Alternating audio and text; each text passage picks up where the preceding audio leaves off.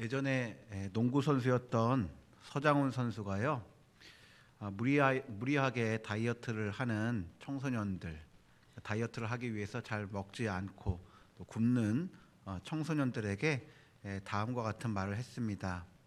얘들아, 다이어트는 나중에도 할 수 있는데 성장기에 키 크는 것을 놓치면 나중에 아무리 노력해도 키가 자라지 않는단다 라고 얘기를 했습니다. 여러분, 그렇죠? 키 크는 때가 있습니다. 그래서 이 때를 놓치면 나중에 이거를 보완하려고 해도 할 수가 없지요. 그래서 성장기에 먼저 해야 될 것이 있고 좀 유예해도 괜찮은 것이 있습니다. 근데 이렇게 먼저 해야 될 것과 나중에 해야 되는 것이 우리 육체의 성장에만 국한되는 게 아니고 다른 부분에도 동일한 원리가 적용되는 것 같습니다. 2주 전에요, 양금희 교수님을 모시고 교사 대학을 했었는데요. 양금희 교수님은 교사대학에서 자라나는 아이들에게 각 시기별로 꼭 교육하고 채워줘야 하는 것들이 있다고 말씀해 주셨습니다. 우리 인간을 성인 되기 이전에 영유아기, 유치기, 아동기, 청소년기 이렇게 나누어서 그 각 시기별로 무엇을 채워줘야 되는지 이렇게 말씀해 주셨는데, 먼저 이 0세에서 2세 이 영유아기에는요, 뭐가 형성되는 시기냐면 기본적 신뢰가 형성되는 시기라고 말씀해 주셨습니다. 그러니까 말 그대로 평생 동안 인생 전체를 살아가는데 필요한 기본적인 신뢰가 이 0세부터 2세 요때 형성된다고 하시면서, 이 기본적 신뢰를 요 시기에 얻지 못하는 아이들은 평생 살아가면서 기본적인 신뢰를 얻는데 어려움을 겪는다라고 하셨습니다. 기본적 신뢰 뭘까요? 우리가 살아가는데 사람에 대한 기본적인 믿음이 있어야지 대화도 하고 거래도 하고 그럴 수 있을 거 아닙니까? 이게 형성되지 않으면 이게 기본적으로 이제 내면에 불신이 이렇게 깔려 있는 거죠. 그러면 이 기본적 신뢰는 어떻게 형성되는가? 아기가 부모와의 애착 관계를 통해서 형성된다고 합니다. 아기가 배가 고플 때, 배변을 하고 싶을 때, 또 졸릴 때 어떻게 합니까? 하고 웁니다. 이때 아기의 울음에 즉각적으로 반응하는 부모가 항상 옆에 있어 줌으로 인해서 아기는 심리적인 안정감을 누리고, 나를 보호하고 나의 요구에 항상 응답하는 분이 내 옆에 항상 있구나라는 인식과 함께 평생 살아가는 기본적인 신뢰를 얻게 된다고 하셨습니다. 자, 이렇게 얘기를 하면 요즘 대부분의 부모님들이 맞벌이를 하기 때문에, 우리 두 부부는 다 일을 하는데 그러면 우리 아기는 어떻게 하나라고 걱정할 수가 있는데요. 교수님은 꼭 부모가 아니더라도 예를 들면 할머니나 할아버지라 할지라도 아기를 사랑하는 사람이면 누구라도 괜찮다. 중요한 것은 아기를 사랑하는 사람이 늘 항상 아기와 함께 있어줘야 한다라고 말씀하셨습니다.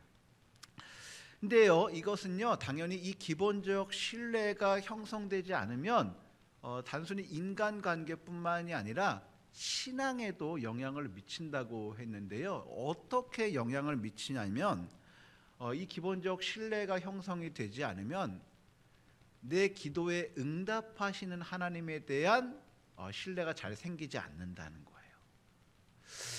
제가 실제로 그런 청년도 한번 만나봤는데요. 기도 제목을 고민 상담을 하면서 하나님께서 내 기도를 들으시고 응답하신다는 거, 많이 설교를 들어서 머리로는 이해가 되는데 거기에 대한 믿음이 잘 생기지 않는 거예요. 내가 아무리 기도를 해도 하나님께서 내 기도를 나중에 다른 친구들 기도 먼저 들어주고 나중에 들어주지 않을까, 이런 생각을 가지고 있더라고요. 이런 식으로 꼭 먼저, 그 시기에 먼저 채워줘야 하는 것들이 있다고 말씀해 주셨는데요. 저는 그 교수님의 이야기를 들으면서 깨달음이 하나가 있었습니다.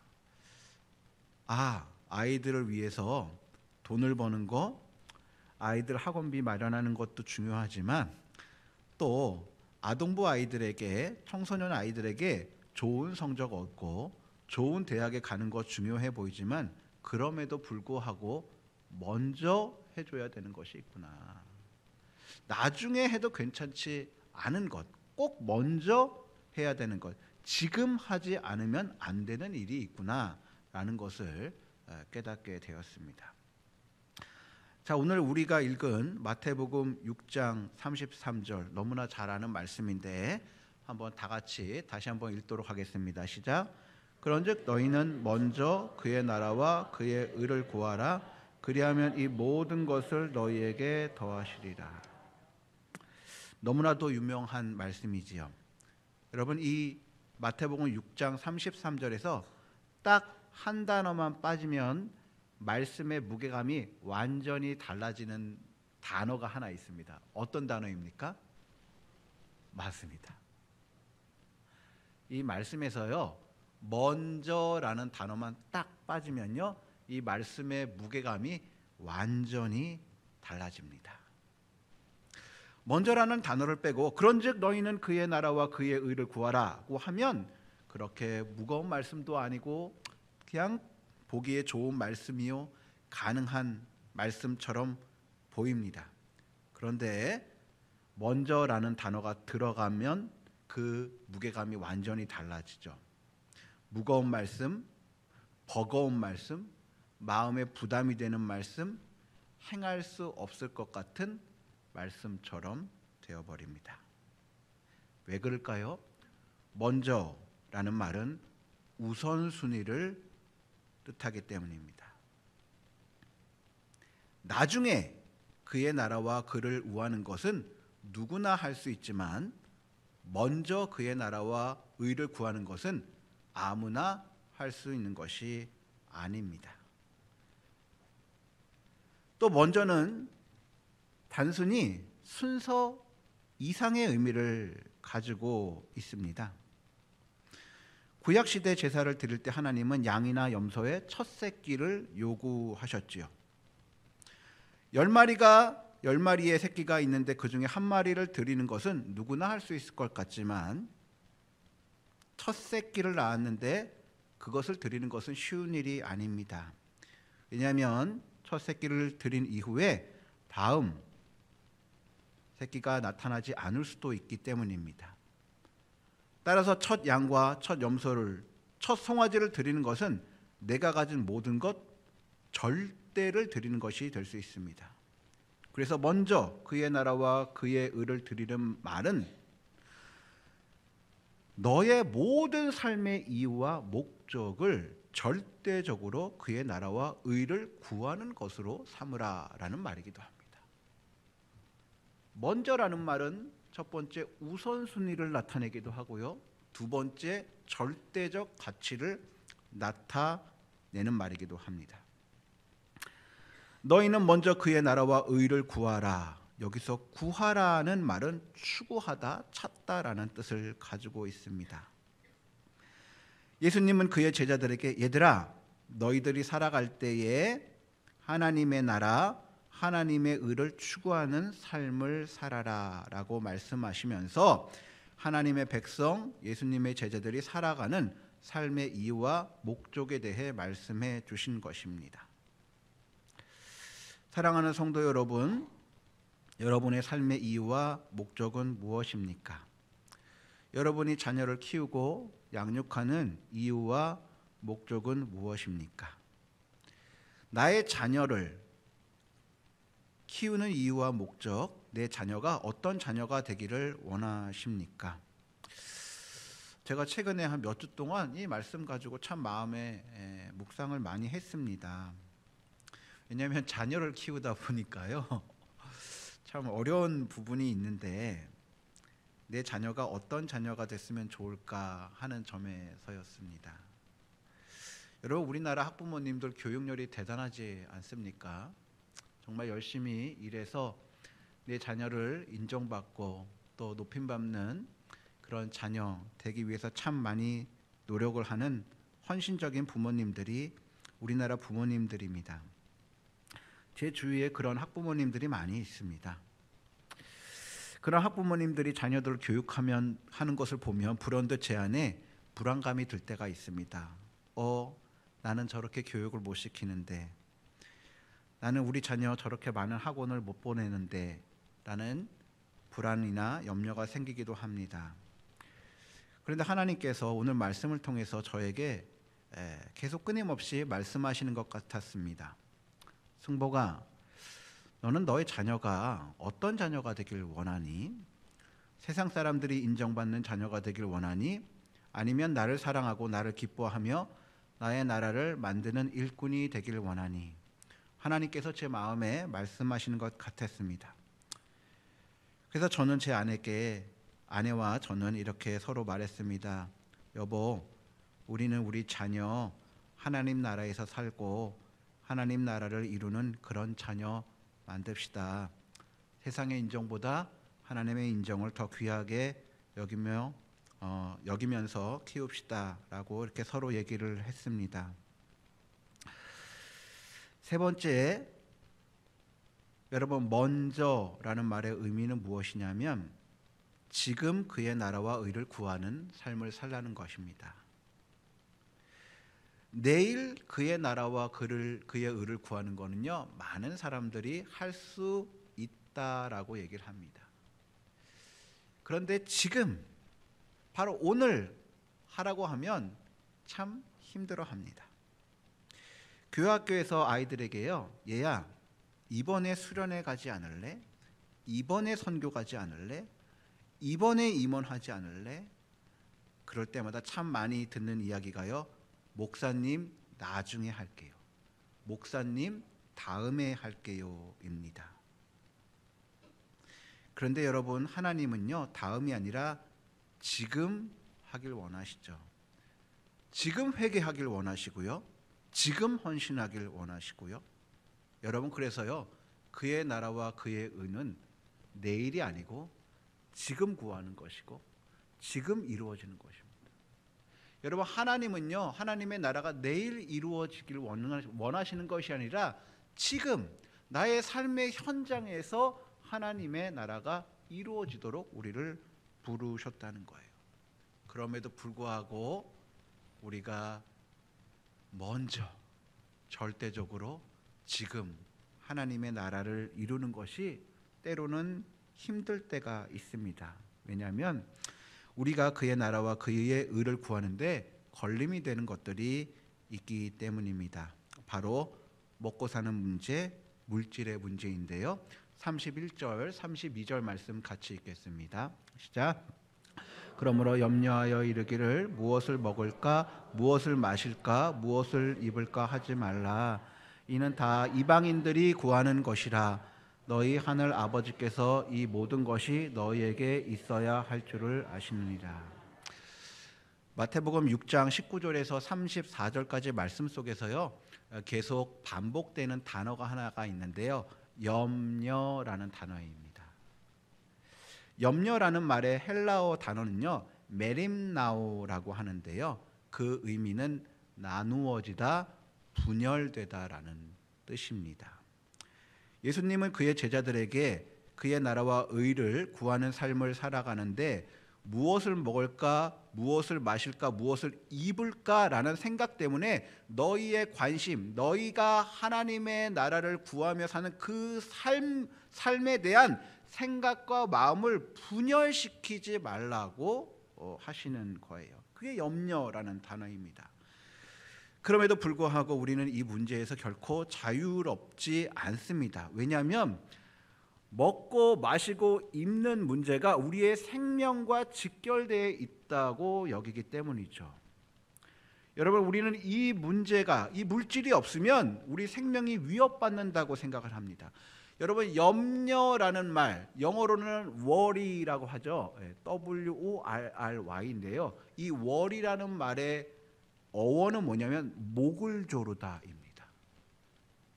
여러분 우리가 물질이 없을 때 그것이 부족하면 어떤 감정이 들죠? 죽을 것 같습니다. 갑갑하죠. 여러분 생활비가 빡빡해 보십시오. 마치 목이 졸리는 것 같은 갑갑함이 느껴지지 않습니까? 그러다 보니 많은 사람들이 먹는 것, 마시는 것, 입는 것의 문제를 해결하기 위해 예수님께서 말씀하신 우리 삶의 이유와 목적으로부터 멀어지기도 하고 순서를 바꾸기도 하고 때로는 이탈하기도 하는 것이죠. 이 문제 때문에 예배드림의 순서를 바꾸기도 하고 하나님께서 나에게 주신 직분이 있음에도 불구하고 순서를 바꾸기도 하지요. 우리의 자녀를 하나님의 자녀로 길러야 함에도 불구하고 우선순위를 바꾸기도 합니다. 그런데 오늘 말씀은 그럼에도 불구하고 우리가 하나님의 나라를 먼저 구하면 하나님께서 이 문제를 채워주신다라고 말합니다. 여러분 여기에 아주 중요한 핵심이 있어요. 하나님께서 뭐라고 말하냐면 그런즉 너희는 먼저 그의 나라와 그 일을 구하라. 그리하면 이 모든 것을 더하시리라고 되어 있습니다. 여러분 누가 더하신다고 되어 있습니까? 하나님. 여러분 우리는요 먹고 마시고 입는 문제를 누가 해결해야 된다고 생각을 하며 살아갑니까? 내가. 그런데 6장 33절 말씀은요 이 문제는 누가 해결하는 거라고요? 하나님이요. 성경 말씀은 분명히 말씀하고 있습니다. 먹고 마시고 입는 문제는 너희가 해결하는 것이 아니라 내 문제야 라고 하나님께서 말씀하고 있는 거예요. 하나님께서 이 모든 것을 너희에게 더하신다라고 말하고 있습니다. 여러분 그래서 여러분 우리가 먼저 그의 나라와 의를 구하기 위해서 전제되어야 하는 것은 뭐냐면 우리의 필요를 채우시는 하나님, 우리의 필요를 더하시는 하나님을 경험하는 거예요. 그 하나님을 믿는 겁니다. 그 하나님에 대한 믿음이 없으면 여러분 절대적으로 먼저 그의 나라와 의를 구하는 삶을 살 수가 없죠. 여러분 사단은 우리에게 늘 속삭입니다. 야, 먹고 사는 문제는 네가 스스로 해결하는 거야. 늘 우리에게 속삭입니다. 예수님께서 광야에서 받으신 시험이 바로 그 시험이었죠. 예수, 너 능력 있잖아. 그 능력으로 돌을 떡으로 만들 수 있잖아. 네가 먹고 사는 문제는 네가 해결해 였습니다. 사단은 오늘도 끊임없이 우리에게 이 시험으로 우리에게 우선순위를 바꾸도록 유혹을 합니다. 여러분 그럼에도 불구하고 여러분 우리가 우리를 채워주시고 도와주시는 하나님을 경험할 때 여러분 우리가 먼저 그의 나라와 의를 구할 수 있을 것임을 믿음으로 고백하는 우리가 되길 바랍니다. 두 번째, 우리가 어떻게 먼저 그의 나라와 의를 구할 수 있을까? 내가 누구인지 알 때 먼저 그의 나라와 의를 구할 수가 있습니다. 31절에서 33절 말씀 다 같이 읽겠습니다. 시작. 그러므로 염려하여 이르기를 무엇을 먹을까 무엇을 마실까 무엇을 입을까 하지 말라. 이는 다 이방인들이 구하는 것이라 너희 하늘 아버지께서 이 모든 것이 너희에게 있어야 할 줄을 아느시니라. 그런즉 너희는 먼저 그의 나라와 그의 의를 구하라. 그리하면 이 모든 것을 너희에게 더하시리라. 31절에서 33절까지 구별되는 두 무리가 나오는데요. 이방인과 너희입니다. 이방인은요, 여기서 말하는 이방인은 하나님을 알지 못하는 사람들, 예수를 믿지 않는 사람들을 말하고, 너희는 하나님의 백성 예수 그리스도의 제자를 말합니다. 이방인의 특징은 무엇일까요? 무엇을 먹을까, 무엇을 마실까, 무엇을 입을까로 염려하는 사람입니다. 즉 물질이 없을 때는 물질의 소유를 위해 걱정하고 염려하는 사람들이죠. 여러분 그런데 물질이 있으면 이 사람들 어떻게 할까요? 물질이 없을 때는 무엇을 먹을까, 입을까, 마실까, 물질의 소유를 어떻게 할까 걱정을 합니다. 근데 물질이 생기면요, 우리 마태복음 6장 19절에서 20절 말씀을 보면 이렇게 되어 있습니다. 같이 읽겠습니다. 시작. 너희를 위하여 보물을 땅에 쌓아두지 말라. 거기는 좀과 동록이 해하며 도둑이 구멍을 뚫고 도둑질하느니라. 오직 너희를 위하여 보물을 하늘에 쌓아두라. 거기는 좀이나 동록이 해하지 못하며 도둑이 구멍을 뚫지도 못하고 도둑질도 못하느니라. 여러분, 이방인들 물질이 있으면 무슨 걱정한다는 거예요? 야, 이거 어떻게 보관하지? 야, 이거 어떻게 물려주지? 이 걱정하고 있다는 얘기죠. 여러분, 이방인들이 왜 이 고민할까요? 이방인들은 공급하시고 채우시고 더하시는 하나님이 없기 때문입니다. 그 하나님을 모르기 때문에 늘 이것을 위해 염려하는 거죠. 어떻게 채울까? 어떻게 보관할까?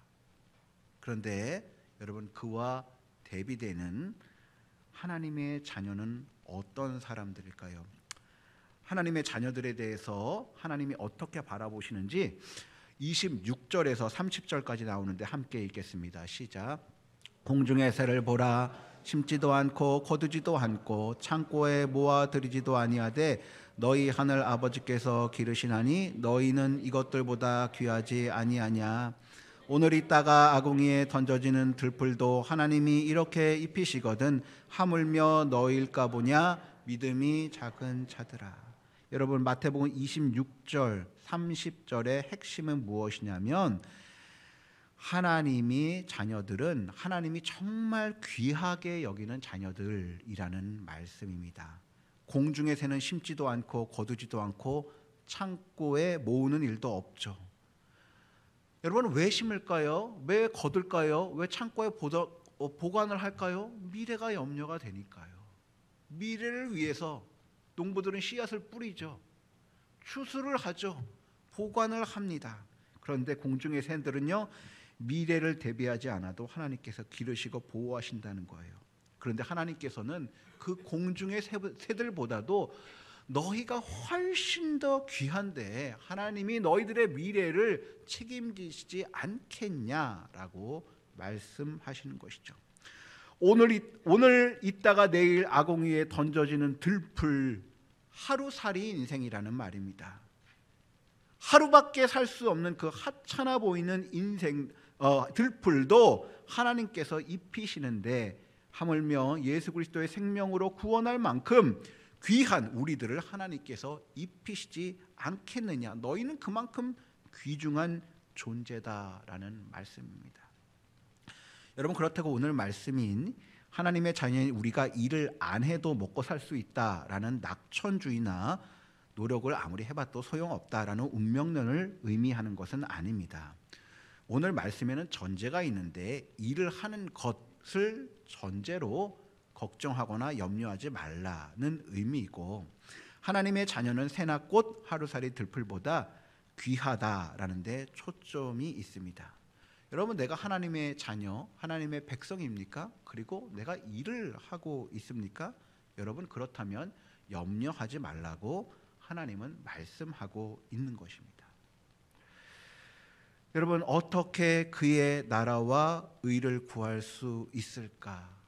첫 번째는 더하시는 하나님을 믿고 경험할 때, 두 번째는 내가 정말 존귀하고 귀한 존재임을 알 때 우리가 먼저 그의 나라와 의를 구할 수 있다고 했습니다.